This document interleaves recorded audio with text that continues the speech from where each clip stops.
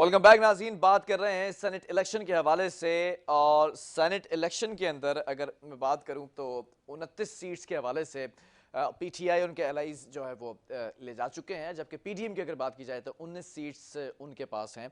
और सिंध में अगर बात की जाए तो 11 नशिस्तों पर 7 में कामयाब रही पीपल्स पार्टी, 2 में पीटीआई और 2 सीट्स एमक्यूएम की। एमक्यूएम का मौक़िफ़ आपने जाना और यहाँ पर दूसरी सियासी जमातों का भी मौक़िफ़ आपको यहाँ पर बताएंगे। लेकिन कुछ चीज़ें ऐसी समझ में आ रही हैं 7 सीट्स के हवाले से कि एक अगर पीपल्स पार्टी की बात की जाए 7 सीटों की, तो 5 जनरल सीट्स के ऊपर उन कामयाब रहे वो, और एक जो है वो ख़वातीन की जो नशिस्त थी और एक टेक्नोक्रेट की नशिस्त, इसमें कामयाबी हुई है। अब कुछ लोग ये भी कहते नजर आ रहे हैं, ज़रा ये बता रहे हैं कि 5 जो नशिस्तें हैं पीपल्स पार्टी की, 4 डिजर्व करते थे, एक जो है वो उसमें हॉर्स ट्रेडिंग हुई है। क्या सच है क्या झूठ है, ये तमाम चीज़ें। लेकिन एक बड़ा अपसेट ये देखने में आया कि जो नशिस्त है यूसुफ रज़ा गिलानी जनरल नशिस्त के ऊपर विनर रहे हैं, और जबकि जो नाकाम रहे हैं वो हफीज़ शेख साहब। ये एक बड़ा जो है वो अपसेट, और ये कहा जा रहा है कि सेनेट के इलेक्शन के अंदर कहीं ना कहीं हॉर्स ट्रेडिंग हुई है। और इसी पर बात करेंगे। पीटीआई की जानिब से एमपी हैं मोहम्मद शबीर साहब। शबीर साहब, बहुत शुक्रिया ज्वाइन करने के लिए। सबसे पहले ये जानना चाहूँगा कि सेनेट इलेक्शंस को पीटीआई कैसा देखती है? वज़ीर आज़म ने अदम एतमाद के हवाले से भी कुछ कहा है, तो ये बातें क्यों सामने आ रही हैं? क्या सेनेट इलेक्शन में कुछ हुआ है, हॉर्स ट्रेडिंग हुई है? देखिए, ये तो दुनिया के सबके सामने जो 2 दिन से मीडिया पे चल रहा था। पीटीआई ने के हवाले से कोई खबर नहीं की। हमारे लोगों को जो किया जा रहा था, जिस तरह किया जा रहा था, वो आया हो गया। हम जो एक सिस्टम बनाना चाहते थे और जिसकी तमाम सियासी जमातों ने मुखालफत की पीडीएम ने, कि एक आज़ाद और इंसाफ को मुबनी एक निज़ाम आए और जिसमें हाउस ट्रेडिंग हमेशा जड़ से खत्म हो जाए। अभी ठीक आप है। देखें ना कि जो कुछ हुआ कि किस तरह हुआ। ये इसका जमीर जो है वो अल्लाह माफ करे कि वो पीपल्स पार्टी के साथ देता है या अपोजिशन के साथ देता है, यानी जमीर जाग गए। तो जो चीजें आई वो जमीर जागने की, जमीर साहब पता नहीं क्या है। तो ये हमने जो है वो हाउस ट्रेडिंग को खत्म करना चाहते हैं। लेकिन हमारी जो अपोजिशन है उसने जो है वो रखा हुआ है कि उसको सिर्फ पाकिस्तान के निज़ाम को करप्ट नहीं बनाना। हम तो बाकायदा एहतसाब करेंगे हमारा जो भी हो, लेकिन करप्ट निज़ाम के खिलाफ हमने पहले भी अपने 20 एमपीएस को निकाल दिया था। अच्छा, आपके लोगों की सिलेक्शन सही नहीं थी, या आपके अपने लोगों को आप पर एतमाद नहीं था? हुआ क्या है बेसिकली? नहीं, ऐसा कुछ नहीं होता। देखिए, ये तो मीडिया पे बिल्कुल सामने आ गया ना कि देखिए, इंसानी ख्वाहिशात है या जो भी हो, जो बेईमान होता है चाहे वो कहीं भी हो, तो वो बेईमानी बेईमानी रहता है ना। तो उसमें जो भी है, जिससे भी की हरकतें जो कर रहे हैं, वो मैं समझता हूँ कि गैर काम है, गैर इखलाकी काम है। और पाकिस्तान की जो धंधा सियासी धंधा लगाया हुआ है, जो कर रहे हो, जो करवा रहे हैं, सब इसमें जो नहीं, मुलव्वस है। अगर अगर और आज अगर मैं यूसुफ रज़ा गिलानी की नशिश की बात कर रहा हूँ, वो विनर रहे हैं। अगर मैं याद कराऊँ आपको संजरानी साहब एतमाद वोट के लिए, तो उस वक्त आपकी मेरा ख्याल अक्सरियत भी नहीं थी, लेकिन फिर भी जो है वो संजरानी साहब अपनी सीट बरकरार रखने में, कायम रखने में बरकरार रहे थे। तो क्या उस वक्त आपकी जानिब से हॉर्स ट्रेडिंग की गई थी क्या? ये मैं समझ नहीं, हमने देखिए बात सुना, हमने कभी भी ना हाउस ट्रेडिंग को फरोग दिया है। जी। ये अभी आपने देखा ना पूरे इलेक्शन में, आपने अभी आपको बहुत सारी वीडियो सामने आई।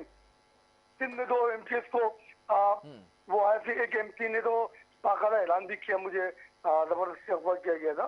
ये सब चीजें हो रही है ना, ये तो सबके सामने बात है। नहीं, तो पीटीआई उस कभी वक्त भी ज्यादा इन वोट कैसे चीजों मिल को गए थे जब आपकी अक्सरियत नहीं थी? नहीं, पीटीआई ने कभी भी इस चीज को ना फेवर किए, इसको हाउस ट्रेडिंग या पैसों के लालच भी नहीं किया, किसी को उठाया नहीं है। पीटीआई के हवाले से कोई एक एलिगेशन नहीं है कि पीटीआई ने किसी के मेंबर को उठाया है जी। या जबरदस्ती किया है। कोई एविडेंस है? एविडेंस नहीं, तो तो इनके पास है। उस वक्त जो ये ज्यादा वोट पड़े थे, अक्सरियत नहीं थी, तो क्या आपका चेहरा देखकर अपोजिशन ने आपको वोट दिए थे फिर? देखिए, अगर वो नहीं तो आपको समझाना चाह रहे हैं क्या? देखिए, हमारा हमने अगर किया है, हमने इस टाइप की कोई चीज नहीं की। अगर लोगों ने किया तो उसमें कोई हमारा कोई ये नहीं कि हमने किसी को वोट दिया या पैसा हाउस ट्रेडिंग हुई। इनकी तो हमेशा हाउस ट्रेडिंग आती है ना। नहीं, तो कि अभी क्या आप प्रूफ अभी है? देखे ना, अभी क्या प्रूफ है? कोई वीडियोस हैं, कोई प्रूफ आपके पास धंधा मौजूद हैं? पूरी अभी इस इलेक्शन में पूरी मार्केटिंग की धंधा चल रहा था, जगह जगह से आवाजें आ रही थी कि नहीं, वो तो कोई प्रूफ मौजूद है कि हॉर्स देखिए, ट्रेडिंग हुई है? हमारे पास देखिए प्रूफ आपके आप सामने मौजूद है कि हमारा करीम गबोर जो है उसको उठा लिया गया है। उससे तो असेंबली में आकर कहा गया ना कि मुझे पैसों के ऑफर है, तो प्रूफ और क्या है? अब किस तरह क्या है प्रूफ? प्रूफ के लिए हम किस तरह करेंगे? यही ना प्रूफ। फिर कल तो जो मीडिया पे चलता रहा कि गिलानी साहब के बेटे जो है वो कोई लोग फोर्स कर रहे थे, जो सबके सामने है ना। नहीं तो वो तो वीडियो जारी कर दी थी ना करीम बख्श गोबल साहब ने, वो तो अपनी मुंह ज़बानी कह दें। जनाब अगर उनकी जबरदस्ती उनको उठाकर एक वीडियो बनाई गई, जब वो असेंबली में आए तो असेंबली में आकर उन्होंने सबके सामने कहा ना।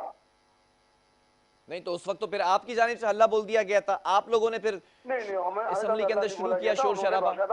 आवाज दी थी, इशारा किया था मुझे। अगर नहीं होता आज वो हमारे साथ आए ना, आज वो हमारे साथ बैठे हुए थे वो। बाकी जो 2 MPAs हैं उन्होंने तो अपनी मर्जी से वोट दिए हैं पीपल्स पार्टी को। देखो इस पार्टी का जवाब भी वो देंगे, वो भी उस दिन भी जब आए थे वो शहीद गनी की गाड़ी में बैठ कर आए थे। नहीं, ये तो सबके सामने बात है ना। नहीं तो आपके MPAs हैं ना, अगर वो पीपल्स पार्टी को वोट दे रहे हैं तो वो क्या पीपल्स पार्टी की शक्ल पे दे रहे हैं? देखिए जो भी जिसका भी जो अमल है और जिससे भी पाकिस्तान की सियासत में ये रवायत डाल रहे हैं कि चाहे XYZ कोई भी हो कि वोट से वो सिस्टम को तब्दील करें या वोट से एक्टिव लाए, तो वो हमारे नहीं PTI की दुश्मनी बल्कि पाकिस्तान के और सियासी कल्चर की दुश्मनी ये है। कोई और थोड़ी बोल रहा है, आपके MPAs कह रहे हैं कि गवर्नर हाउस में बैठकर जिनको टिकट दिया गया उनको नहीं पसंद है वो कैंडिडेट, वो कह रहे हैं कि ज्यादती हुई है, तो उनका अपना जाती मौकफ है, ये मैं थोड़ी कह रहा हूँ। देखिए ठीक है, पार्टी में इख्तलाफात होते हैं, इल्जामात लगाए, वो कोर्ट भी गए हैं, लेकिन इसका मतलब ये नहीं होता कि आप कहीं जाकर जो है वो तो साबित हो गए ना। अगर वो सच्चे होते तो जिन लोगों ने इल्जामात लगाए तो पार्टी के अंदर रहते हुए लड़के, उनको खुद टिकने का बहाना चाहिए होता है। नहीं तो आप बताएं, आपकी अपनी पार्टी में से कितनी उंगलियां उठी फैसल वाडा साहब पर अगर बात कर लूं, हफीज शेख साहब पर बात कर लूं, किसी और पार्टी के जो इलेक्टेड नुमाइंदगान हैं उन पर उंगलियां उठी क्या? हर सियासी जमहूरी जिंदा पार्टियों में इख्तलाफात से राय होता है, और जो इख्तलाफात राय होती है वो जिंदगी नहीं तो जब इख्तलाफात थे तो आप MPAs का ख्याल रखते ना। इख्तलाफात का मतलब ये नहीं होता कि आप जो है उठाकर अपनी तंजीम की मुखालफत करें।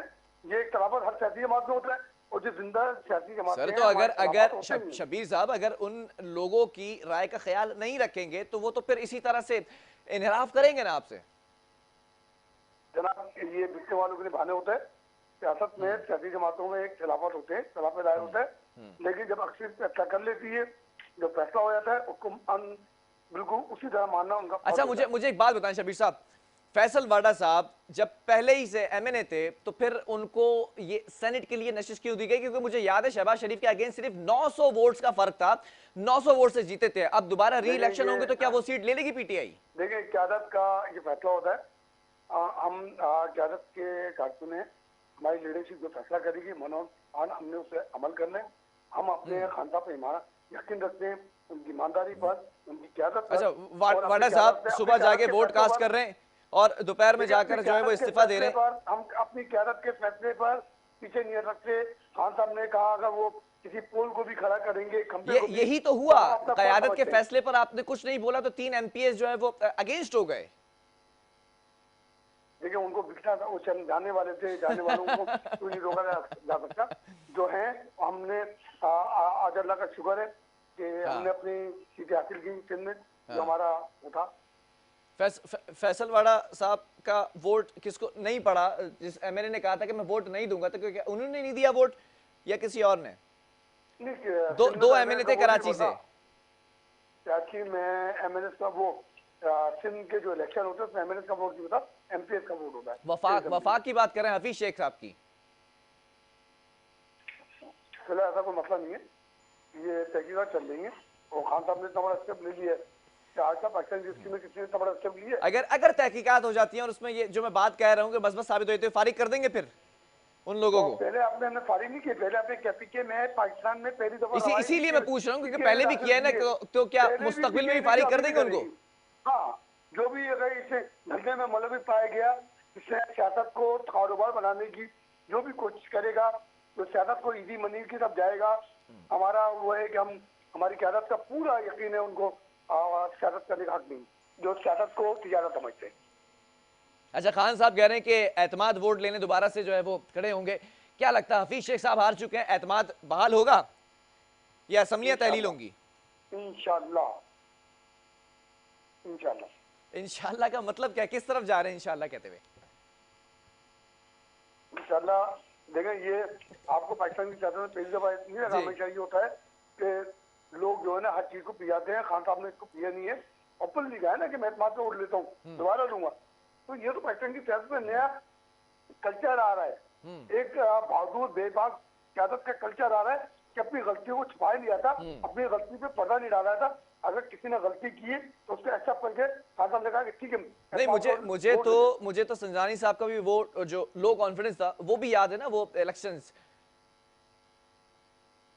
देखिए अभी देखिए उनका जो भी हुआ है, हम अब अभी भी बोलते हैं हाँ। कि हम चाहे अपना हो या पराया हो, जो वोट बेचता है, जो वोटों की फरोख्त करता है, वो उनको सजा मिलनी चाहिए, चाहे ऐसा कोई भी। समझा? चलें चलें, शबीर साहब बहुत शुक्रिया प्रोग्राम के लिए वक्त दिया। पीटीआई की अगर मैं बात कर लूं तो इस वक्त एक बड़ा अपसेट ये देखा गया है कि यूसुफ रजा गिलानी साहब कामयाब रहे और हफीज शेख साहब जिनके लिए बड़ी कैंपेन की गई थी और बड़े मार्जिन से जीतने के बड़े बड़े दावे किए गए थे, वो नाकाम रहे हैं। अब इसमें देखना यह है कि वो कौन से लोग ऐसे हैं जिन्होंने वोट नहीं कास्ट किया, उन लोगों को, अपने ही लोगों को। और फिर अगर सिंध से बात कर ली जाए तो सिंध में क्या हॉर्स ट्रेडिंग हुई है या फिर शफाफ सेनेट के इलेक्शंस होते दिखाई दिए हैं। और पीडीएम का जो मौकफ था, पीडीएम का जो नैरेटिव था, तो उसमें किस हद तक पीडीएम कामयाब रही है। बहरहाल यहाँ वक्फा लेंगे, वक्फे के बाद इसी टॉपिक को मजीद कंटिन्यू करेंगे।